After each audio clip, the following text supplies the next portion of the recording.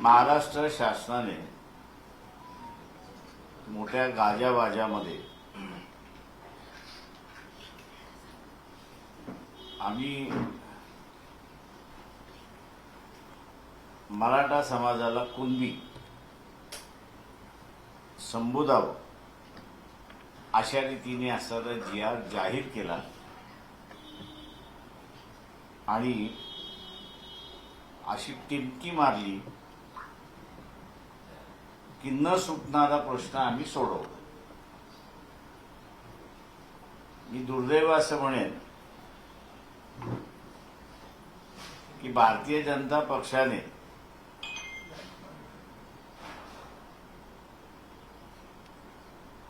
सर्वांनाच फसवलं.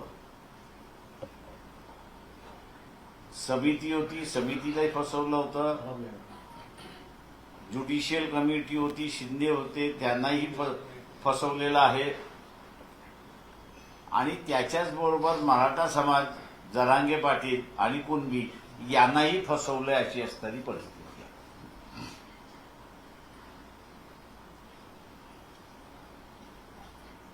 म्हणजे कोणाच्याच हाताला काही लागलं नाही अशी असणारी परिस्थिती आहे. वंचित बहुजन आघाडीची जी भूमिका होती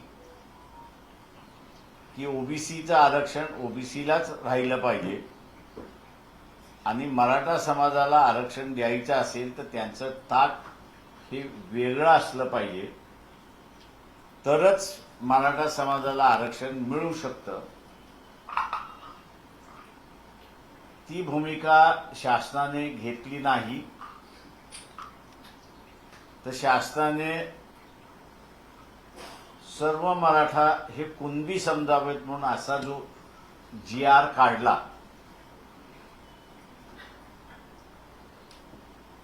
त्या जी.आर.च्या माध्यमातून मी मगाशी जसं म्हणालो की पूर्णपणे भारतीय जनता पक्षाने सर्वच राजकीय पक्ष, मग तो एनसीपी असेल, अजित पवारांचा असेल किंवा शरद पवारांचा असेल किंवा एकनाथ शिंदे असतील किंवा उद्धव ठाकरे असतील, या सगळ्यांना गंडवलं असं मी त्या ठिकाणी म्हणणार. फसवलं सुद्धा असं म्हणणार नाही, पण भारतीय जनता पक्षाने त्यांना पूर्णपणे गंडवलं असं मी त्या ठिकाणी म्हणणार आहे. आणि त्याचं कारण असं आहे की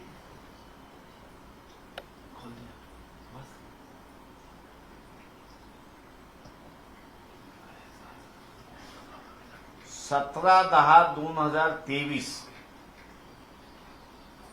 writ petition number 4476 of 2002 Jagannath D Hole विरुद्ध स्टेट ऑफ महाराष्ट्र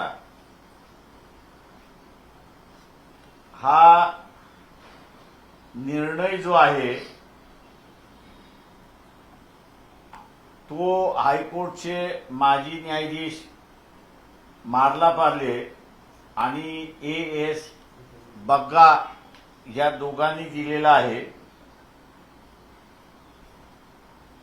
या दोघांनीही या जजमेंटच्या पॅरा 13 मध्ये जे नमूद केलेलं आहे ते मी आपल्यासमोर या ठिकाणी वाचून दाखवतो, कारण का ते महत्वाचं आहे अशी असणारी परिस्थिती आहे. If the impulse decision which is based on sole document is accepted in the instance case, the entire Maratha community in the state of Maharashtra will have to be accepted to be belonging to Kunbi dash other backward classes, and this would result in nothing short of social absurdity. The original register which we have pursued by us proves the document submitted by the complainant, and at no point of time the veracity was challenged by the respondent number 3 before the committee. The decision of the committee validating caste claim of respondent number 3 is without reason and the conclusion arise in the impugned decision totally lacks the educator parameter. As the Caste Verification Act has been brought into force from 18/10/2001, the committee is quasi-judicial body and its findings are required to be supported by reasons on assessment of evidence placed before it by the respective parties. The committee's findings are thus grossly erroneous on this account as well, and such findings, without setting out the reason thereof, are ab initio void. आता या निर्णयाप्रमाणे सर्वच मराठा समाजाला कुणबी संबोधिता येत नाही. त्याच्या अगोदरच्या पॅरेग्राफमध्ये कुणबी ही काही जात नाही, तर कुणबी हा व्यवसाय आहे असं नमूद करण्यात आलेलं आहे. हा निर्णय सुप्रीम कोर्टातही गेला आणि सुप्रीम कोर्टाने सुद्धा शिक्कामोर्तब त्या ठिकाणी मारलेला आहे की सर्वच मराठा ही कुणबी आहेत असं सरसकट त्या ठिकाणी धरता येत नाही. आणि म्हणून जो निर्णय भारतीय जनता पक्षाने GR मार्फत काढला तो मगाशी मी म्हटल्याप्रमाणे गंडवणारा आहे, फसवणारा आहे. त्यांनी राधाकृष्ण विखे पाटील त्यांची समिती होती त्यालाही फसवलंय, गंडवलेलं आहे. जस्टिस शिंदे यांची कमिटी होती त्यालाही त्या ठिकाणी गंडवलेलं, फसवलेलं आहे. जरांगे पाटील आंदोलनात बसले होते, सगळे कार्यकर्ते त्यांना असताना फसवलेलं आहे, गंडवलेलं आहे, अशी असणारी परिस्थिती आहे. जेव्हा सुप्रीम कोर्टाने असं म्हटलेलं आहे की सर्वच मराठ्यांना कुणबी म्हणून आपल्याला संबोधता येत नाही, त्यावेळेस हा GR बेकायदेशीर आहे, कायद्याला धरून नाही, एका इस्टॅब्लिश निर्णयाच्या विरोधात आहे. आणि म्हणून जो काही आनंद मराठा समाज व्यक्त करतोय तो क्षणिक आहे असं मी त्या ठिकाणी मानतो. त्याचा हा निर्णय ज्या ज्या वेळेस कोर्ट केला जाईल त्या त्यावेळेस ज्युडिशरी ही या निर्णयाच्या बाजूने उभी राहील. आणि जिथे 2007 साली निर्णय आलेला आहे, तर ह्या 2006 सालच्या निर्णयाला सुप्रीम कोर्टामध्ये मी जसं म्हटलं चॅलेंज केलं होतं, ते आता चॅलेंज करण्याची जागा सुद्धा राहिलेली नाही. फार तर रिव्ह्यू पिटिशन किंवा क्युरेटिव्ह पिटिशन हे 2 त्या ठिकाणी फक्त टाकता येतात अशी परिस्थिती आहे. तेव्हा भारतीय जनता पक्षाला माझा असणारा सवाल आहे की तुम्ही जाणीवपूर्वक या सगळ्या लोकांना गंडवलत का, फसवलत का, याचा खुलासा तुम्ही पहिल्यांदा त्या ठिकाणी केला पाहिजे. आणि दुसरा ओबीसींचा असणारा इश्यू आहे. हे जजमेंट जरी अस्तित्वात असलं तरी ओबीसींना स्वतःच्या अधिकारासाठी लढावं लागेल, मोर्चे काढावे लागतील, आंदोलनं करावी लागतील, बैठका घ्याव्या लागतील. आणि ओबीसीचे जे मंत्री आहेत त्यांनी कॅबिनेटमध्ये कशा रीतीने प्रेशर घालायचं, प्रेशर ठेवायचं, याचाही ओबीसी मंत्र्यांना विचार करणं गरजेचं आहे असं मी त्या ठिकाणी मानतो. आपण आता विचार करावा की राजीनामा द्यावा भुजबळांनी असं वाटतं तुम्हाला? नाराजी व्यक्त करून कॅबिनेट सोडून गेलेले आहेत. आता तो त्यांनी ठरवायचा आहे की राजीनामा द्यायचा की न द्यायचा, हा त्यांनी ठरवला पाहिजे. आता तुम्ही जे क्लॉजेस सांगितले की त्या अंतर्गत म्हणजे आरक्षण देता येणार नाही, परंतु मनोज जरांगे पाटील हेच म्हणत आहेत की आम्ही स्टेजवरती शब्द घेतलाय राधाकृष्ण विखे पाटलांचा की जी आर मध्ये आम्ही चेंजेस पण आणू शकतो. मग आपल्याला या संदर्भात प्रश्न असा आहे, जी आर मोठा की जजमेंट मोठं? जजमेंट मोठं. त्याच्यामुळे जजमेंटनी एकदा असं म्हटलं की सर्वच मराठ्यांना कुणबी म्हणून संबोधता येत नाही, असं ज्यावेळेस म्हटलेलं आहे त्याला तुम्ही ओव्हरकम कसं करणार हे जजमेंट आम्हाला माहित होतं. आणि म्हणून वंचित बहुजन आघाडीने जी भूमिका घेतली होती की ओबीसीचं आरक्षण ओबीसीना राहू द्या, मराठा समाजाला आरक्षण द्यायचं असेल तर त्याला वेगळं आरक्षण तुम्हाला द्यावं लागेल. आणि ते जर वेगळं आरक्षण दिलं असतं तर त्याचं पॅरामीटर सरकार कोर्टाने पाहून त्यांचं कन्फर्म केलं असतं असं मला वाटतं. पण ज्या पद्धतीनं मनोज जरांगे पाटलांनी 2 मुद्दे काढले ते म्हणजे हैदराबाद गॅझेट आणि आता सातारा गॅझेट, त्या गॅझेटचा बाबतीत किती परिणाम होऊ शकतो किंवा तो तरी मराठा समाजाला दिलासादायक आहे? अजिबात नाही. याचं कारण की हे दोन्हीही गॅझेट जे आहेत ते 20 सालचे गॅझेट्स आहेत. परंतु 1930 साली सेकंड राऊंड टेबल कॉन्फरन्स झाल्यानंतर गव्हर्नमेंट ऑफ इंडिया ऍक्ट हा पब्लिश झाला आणि government of India act public झाल्यानंतर त्याच्यामध्ये एससी आणि एसटी यांच्या असणाऱ्या 2 वेगवेगळ्या शेड्यूल्स राज्यभर हे पब्लिश करण्यात आले की कोण एससी आहे आणि कोण ट्रायबल आहे. तशा रीतीने इतर मागासवर्गीय कोण याचा जी आर त्यावेळेस निघाला नाही.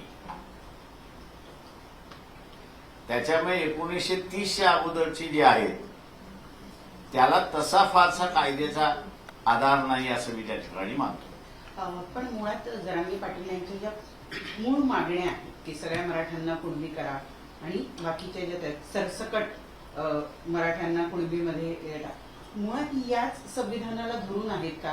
या मागण्या पूर्ण करण्यासारख्या आहे का की केवळ राजकीय दबाव तयार करण्यासाठी हे आंदोलन केलं? मी असं आता आपल्या समोर माजी न्यायाधीश हायकोर्टाचे मार्ला पार्ले आणि बाकाजी यांचं जजमेंट मी असताना आपल्या समोर वाचून दाखवलं. पॅरेग्राफ 13 मध्ये त्यांनी असं म्हटलेलं आहे की 13 मध्ये असं म्हटलेलं आहे की सगळ्या मराठ्यांना कुणबी म्हणून संबोधिता येणार नाही आणि तसं करणं चुकीचं आहे असं त्यांनी नमूद केलेलं आहे. त्याच्यामुळे एकदा कोर्टाने निर्णय दिला तर तो फायनल आहे त्या ठिकाणी. त्याच्यामुळे आता कितीही पब्लिकली आपण म्हणायला लागलो की सर्वच मराठा कुणबी आहेत, कायद्याने त्याला काहीच अधिकार नाही अशी असणारी परिस्थिती आहे. पण मुख्यमंत्री आणि दोन्ही उपमुख्यमंत्री म्हणतात आम्ही कायद्याच्या चौकटीत बसणारच आरक्षण देतोय, तसाच निर्णय घेतलाय, कायद्याचंच नाव पुढे केलं जातंय सरकारकडून. मी आपल्याला आता असताना जे जजमेंट आहे ते वाचून दाखवलेलं आहे. हे मुंबई हायकोर्टाचं जजमेंट जे आहे ते सुप्रीम कोर्टाने कन्फर्म करून दिलेलं आहे.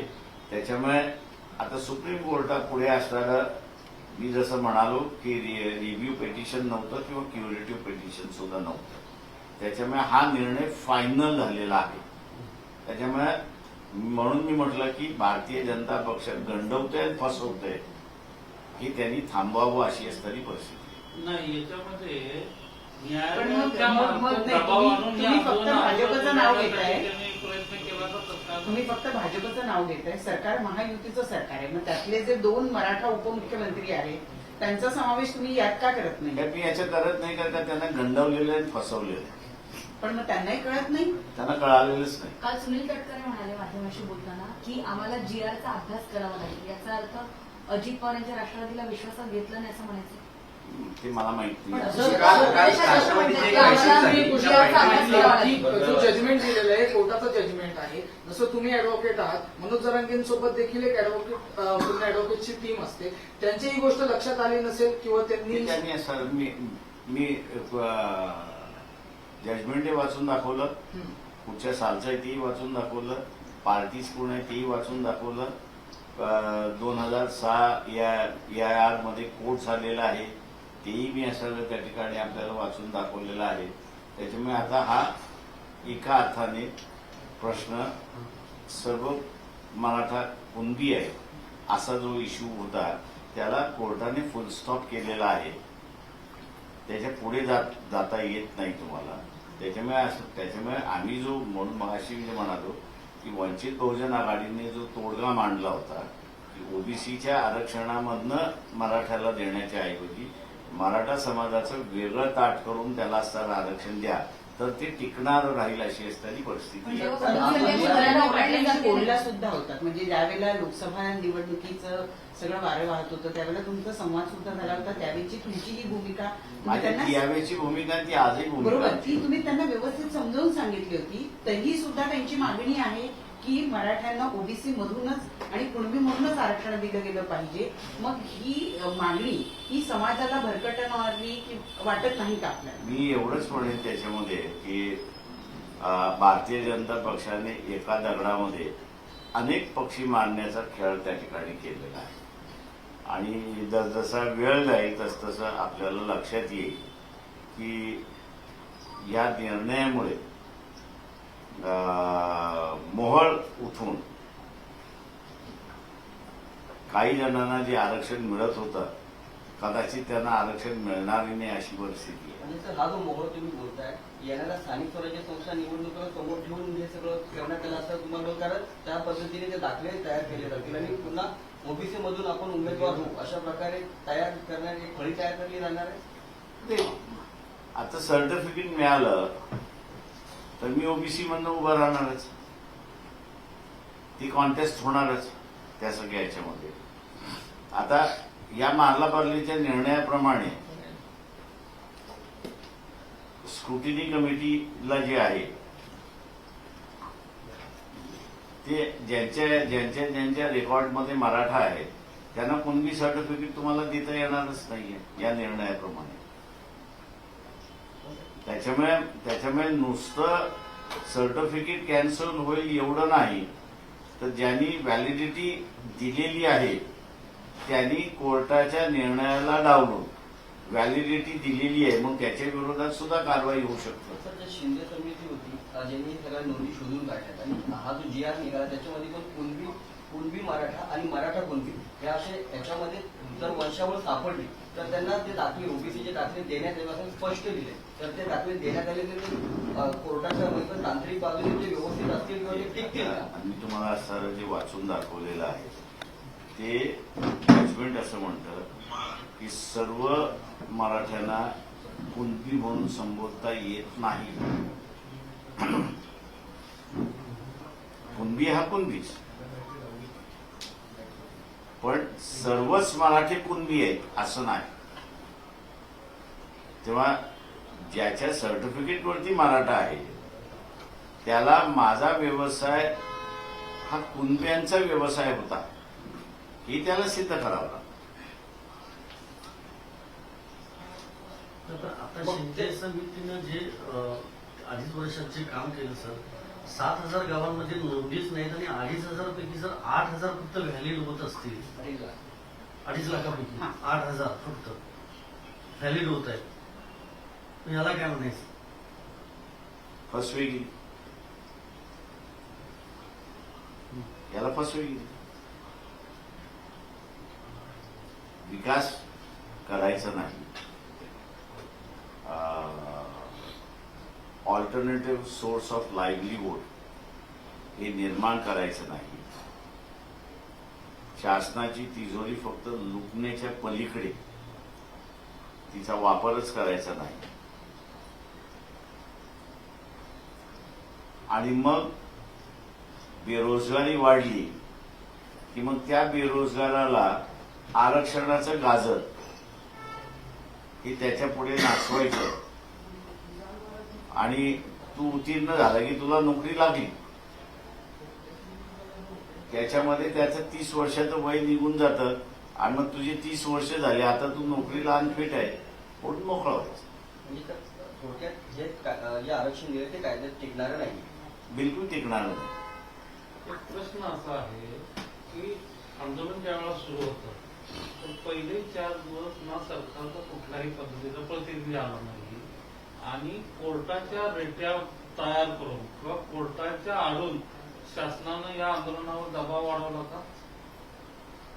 कारण ज्या पद्धतीनं कोर्ट ऍक्टिव्ह मोडवर होता आणि महाधिवक्ता स्वतःच कोर्टामध्ये आर्ग्युमेंट करताना म्हणत होते, तुम्ही निर्देश द्या, तुम्ही हे द्या, अशा पद्धतीचे जे आर्ग्युमेंट करत होते. दुर्दैवाने मी असं म्हणेन की पॉलिटिकल लिडरशिप राहिलेलीच नाहीये.